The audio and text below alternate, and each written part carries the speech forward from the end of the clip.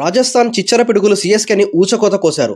బ్యాటింగ్తో, బౌలింగ్తో, ఫీల్డింగ్తో సీఎస్కేకి ఊపిరాడకుండా చేశారు. వైభవ్ సూర్యవంశీ కేవలం 17 బంతుల్లో 52 పరుగులు చేసి ప్రత్యర్థి టీంకి చుక్కలు చూపించాడు. 128 పరుగుల చేసిని కేవలం 12.1 ఓవర్లోనే పూర్తి చేసి సీఎస్కేని ఉఫ్ అని ఊదిపడేశారు. ఎంఎస్ ధోని లేని లోటు స్పష్టంగా కనిపించింది. సీఎస్కే ఫ్యాన్స్ అందరూ స్టేడియంలో సైలెంట్ గా కూర్చున్నారు. ఆర్ఆర్ వైలెంట్ పర్ఫార్మెన్స్ ను చూస్తూ. కేవలం 6 పరుగులకే క్లీన్ బౌల్డ్ అయ్యాడు T20 world cup winner Sanju Samson. CSK batters వచ్చిన వాళ్ళు వచ్చినట్టుగానే ఏమాత్రం మొహమాట పడకుండా ఆల్అౌట్ అయ్యారు. ఫ్యాన్స్ కి ఎంఎస్ ధోని లేడు అనే బాధ ఒకవైపు, ఈ మొదటి మ్యాచే ఘోరంగా ఓడిపోయిన బాధ ఇంకోవైపు. అసలు ఆర్ఆర్ టీం సీఎస్కేని ఎలా ప్లాన్ చేసి ఓడించారో ఇప్పుడు పూర్తిగా తెలుసుకుందాం. వీడియోని చివరి వరకు పూర్తిగా మిస్ కాకుండా చూడండి. మనోడ్ అనుకున్న జడేజా అనే పగోడై సీఎస్కేకి ఎలా దెబ్బ వేశాడో ఇన్డెప్త్ రివ్యూలో చూద్దాం. ఆర్ఆర్ టాస్ గెలిచి బౌలింగ్ ఎంచుకుంది. గువాహతి వేదికగా మ్యాచ్ జరిగింది. సీఎస్కే నుండి ఓపెనింగ్ బ్యాటర్స్ గా సంజు శాంసన్, రుతురాజ్ గైక్వాడ్ వచ్చారు. ఆర్ఆర్ నుండి మొదటి ఓవర్ బౌలింగ్ చేయడానికి జోఫ్రా ఆర్చర్ వచ్చాడు. గతంలో సంజుని 3 సార్లు అవుట్ చేశాడు జోఫ్రా. మొదటి ఓవర్లోనే 4తో తన బౌండరీని ఓపెన్ చేశాడు సంజు శాంసన్. గతంలో ఆర్ఆర్తో ఆడాడు సంజు, ఇప్పుడు సీఎస్కేలో ఆడుతున్నాడు. జడేజా కూడా గతంలో సీఎస్కేలో ఆడాడు, ఇప్పుడు ఆర్ఆర్తో ఆడుతున్నాడు. జడేజా ఎలాగో 17 ఏళ్ల క్రితం ఆర్ఆర్లో ఆడాడు, కానీ సీఎస్కేలోనే ఎంతో గుర్తింపు వచ్చింది జడేజాకి. ధోని జడేజా ఎమోషనల్ బాండింగ్ ని ఎవరూ మర్చిపోరు. 2023లో జడేజా లాస్ట్ ఓవర్లో సీఎస్కేని గెలిపించిన తీరు ఏ సీఎస్కే ఫ్యాన్ కూడా మర్చిపోడు. ఆ రోజు సీఎస్కే టీంలో ఎంఎస్ ధోనితో పాటు అందరి కన్నుల్లో ఆనంద బాష్పాలు చూశాం. అంతలా ఎమోషనల్ బాండింగ్ ఉంటుంది సీఎస్కేతో జడేజాకి. సెకండ్ ఓవర్లో 4తో తన మొదటి ఖాతాని ఓపెన్ చేశాడు రుతురాజ్.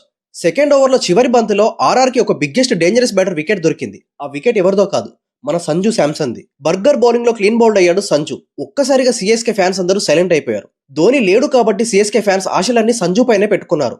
కానీ సంజు ఒక్కసారిగా క్లీన్ బౌల్డ్ అవడంతో సీఎస్కే ఫ్యాన్స్ అందరూ సైలెంట్ అయ్యారు.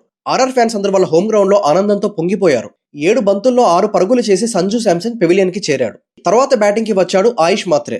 థర్డ్ ఓవర్ చివరి బంతిలో ఆర్ఆర్ కి మరో పెద్ద వికెట్ దొరికింది. జోఫ్రా ఆర్చర్ క్లీన్ బౌల్డ్ చేశాడు రుతురాజ్ గైక్వాడ్ ని.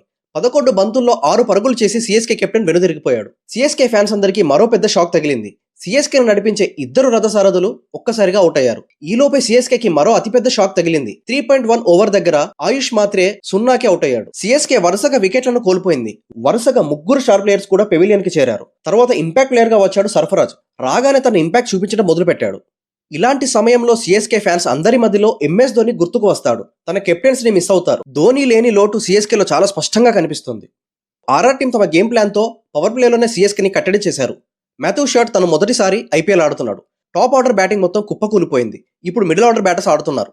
పవర్ ప్లే చివరి ఓవర్లో ఆర్ఆర్ నుండి బౌలింగ్ కి వచ్చాడు సందీప్ శర్మ. 5.3 ఓవర్స్ దగ్గర సీఎస్కే తన 4వ వికెట్ ని కోల్పోయింది. జైస్వాల్ చాలా సింపుల్ క్యాచ్ ని తీసుకున్నాడు. తరువాత బ్యాటింగ్ కి వచ్చాడు కార్తిక్. ఇతన్ని 14.2 కోట్లు ఖర్చు చేసి సీఎస్కే కొనుక్కుంది. మొత్తానికి పవర్ ప్లే పూర్తయ్యేసరికి సీఎస్కే 41 పరుగులు చేసింది. పవర్ ప్లేలో ఆర్ఆర్ తన బౌలింగ్ పవర్ తో సీఎస్కే పవర్ బ్యాటర్స్ ని పెవిలియన్స్ కి పంపించింది. 8th ఓవర్లో ఆర్ఆర్ నుండి బౌలింగ్ చేయడానికి వచ్చాడు రవీంద్ర జడేజా. రాగానే సర్ఫరాజ్ ఖాన్ వికెట్ తీశాడు. 12 బంతుల్లో 17 పరుగులు చేసి వెనుదిరిగాడు. దీంతో వరుస వికెట్లని కోల్పోతూ సీఎస్కే ఘోరమైన ట్రబుల్లో ఉంది. నెక్స్ట్ శివం దూబే బ్యాటింగ్ కి వచ్చాడు. రాగానే 6తో తన బౌండరీని సంపాదించాడు. శివం దూబే మరో 6 కొట్టే ప్రయత్నంలో జడేజా బౌలింగ్ లో ఇదే ఓవర్లో అవుట్ అయ్యాడు. శివం దూబే అవుట్ అవ్వగానే సీఎస్కే ఫ్యాన్స్ పూర్తిగా వాళ్ళ నమ్మకాన్ని కోల్పోయారు. ఇన్ని రోజులు మనోడ్ అనుకున్న జడేజా మనోళ్ళు వికెట్లనే తీశాడు. ఇది నా మాట కాదు, సీఎస్కే ఫ్యాన్స్ మాట. 4 బంతుల్లో 6 పరుగులు చేశాడు శివం దూబే. తర్వాత బ్యాటింగ్ కి వచ్చాడు ఓవర్టన్. 9 ఓవర్లు పూర్తయ్యేసరికి సీఎస్కే 62 పరుగులు చేసి 6 వికెట్లను కోల్పోయింది. ఒక్క పరుగు కూడా ఈజీగా ఇవ్వట్లేదు ఆర్ఆర్ సీఎస్కేకి. ఇప్పటి వరకు జరిగిన మ్యాచ్ లో టాస్ గెలిచిన వాళ్లే బెస్ట్ గా పర్ఫామ్ చేశారు. ఆర్ఆర్ విషయంలో కూడా అదే జరిగింది. 10.3 ఓవర్స్ దగ్గర సీఎస్కే మరో వికెట్ ని కోల్పోయింది. కార్తిక్ 15 బంతుల్లో 18 పరుగులు చేసి పెవిలియన్ కి చేరుకున్నాడు. 11 ఓవర్లు పూర్తయ్యేసరికి సీఎస్కే 74 పరుగులు చేసి 7 వికెట్లను నష్టపోయింది. తర్వాత బ్యాటింగ్ కి వచ్చాడు నూర్. కనీసం 100 పరుగులైన సీఎస్కే చేస్తుందా అని అందరూ సందేహంలో మునిగిపోయారు. చాలా మందికి ధోని లేకపోతే సీఎస్కే నథింగ్ అనిపిస్తుంది. ఆ మాస్టర్ మైండ్ లేకపోయేసరికి మాస్టర్ స్ట్రోక్స్ తగిలాయి సీఎస్కేకి. 12.5 ఓవర్స్ దగ్గర సీఎస్కే మరో వికెట్ ని కోల్పోయింది. నూర్ 9 బంతుల్లో 1 పరుగు చేసి పెవిలియన్ కి చేరాడు. జోఫ్రా మరో వికెట్ ని ఆర్ఆర్ కి అందించాడు. తర్వాత బ్యాటింగ్ కి వచ్చాడు మ్యాట్ హెర్నీ.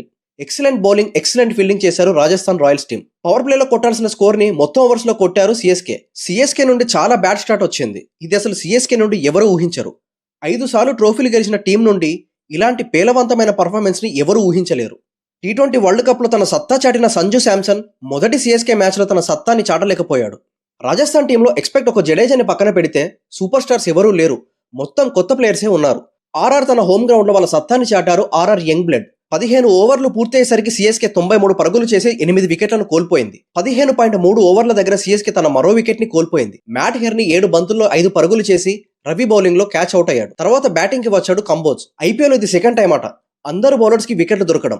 సిఎస్కే నుండి ఒకే ఒక్కడు చివరి వరకు నిల్చున్నాడు. అతనే ఓవర్టన్. 36 బంతుల్లో 43 పరుగులు చేసి లాస్ట్ ఓవర్లో రెండో పరుగు తీసే ప్రయత్నంలో ఓవర్టన్ అవుట్ అయ్యాడు. తను లేకపోతే సిఎస్కేకి 127 పరుగులు కూడా వచ్చేవి కావు. 19.4 ఓవర్స్ దగ్గర సిఎస్కే ఆల్అౌట్ అయిపోయింది. మొత్తానికి సిఎస్కే 127 పరుగులు చేసి 128 పరుగుల టార్గెట్ ని ఆర్ఆర్కి ఇచ్చింది. ఇది సిఎస్కే నుండి లో స్కోరింగ్ గేమ్. అంటే సిఎస్కే గతంలో కూడా లో స్కోరింగ్ గేమ్స్ చేశారు. 2013లో ముంబై ఇండియన్స్ తో ఆడుతూ 79 పరుగులకే ఆల్అౌట్ అయ్యారు. తర్వాత మళ్ళీ 2022లో అదే ముంబై ఇండియన్స్ చేతిలో 97 పరుగులు చేసి ఆల్అౌట్ అయ్యారు. తర్వాత 2025లో కేకేఆర్ తో 103 పరుగులు చేసి 9 వికెట్లని కోల్పోయారు. ఇప్పుడు మళ్ళీ 2026లో ఆర్ఆర్ తో జరిగిన మ్యాచ్ లో 127 పరుగులు చేసి ఆల్అౌట్ అయింది. ఇక రాజస్థాన్ రాయల్స్ ఓపెనర్స్ బ్యాటర్ గా సైలెంట్ గా కనిపించే ఇద్దరు డేంజరస్ బ్యాటర్ సూర్యవంశీ, జైస్వాల్ వచ్చారు. లాస్ట్ ఇయర్ సెన్సేషనల్ బ్యాటింగ్ చేశాడు సూర్యవంశీ. 38 బంతుల్లో 101 పరుగులు చేశాడు జీటీ మీద. సూర్యవంశీ క్యాచ్ ని మిస్ చేశారు సిఎస్కే. ఇక సూర్యవంశీ ఎక్కడ అవుతాడు? ఈ చిచ్చర పిడుగును ఎవరు మాత్రం ఆపగలరు? డబుల్ డేంజరస్ బ్యాటర్లు కలిసి బౌండరీని దంచి కొడుతున్నారు.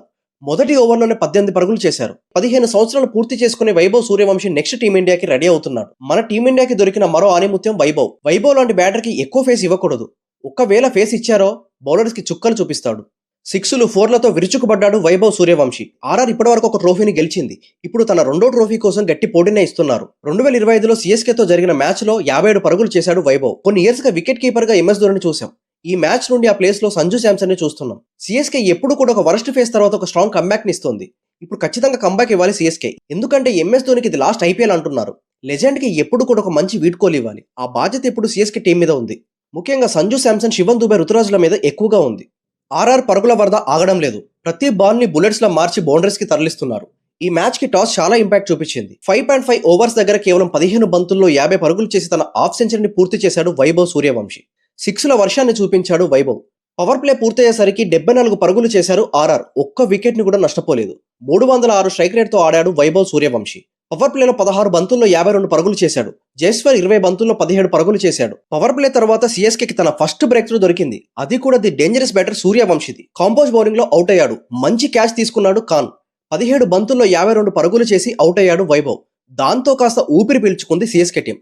తర్వాత బ్యాటింగ్ కి వచ్చాడు జురెల్. కాసేపు విరుచుకుపడ్డ 8.3 ఓవర్ దగ్గర కాంబోజ్ బౌలింగ్ లో క్లీన్ బౌల్డ్ అయ్యాడు. 9 బంతుల్లో 18 పరుగులు చేశాడు జురెల్. తర్వాత బ్యాటింగ్ కి వచ్చాడు ఆర్ఆర్ కెప్టెన్ పరాగ్.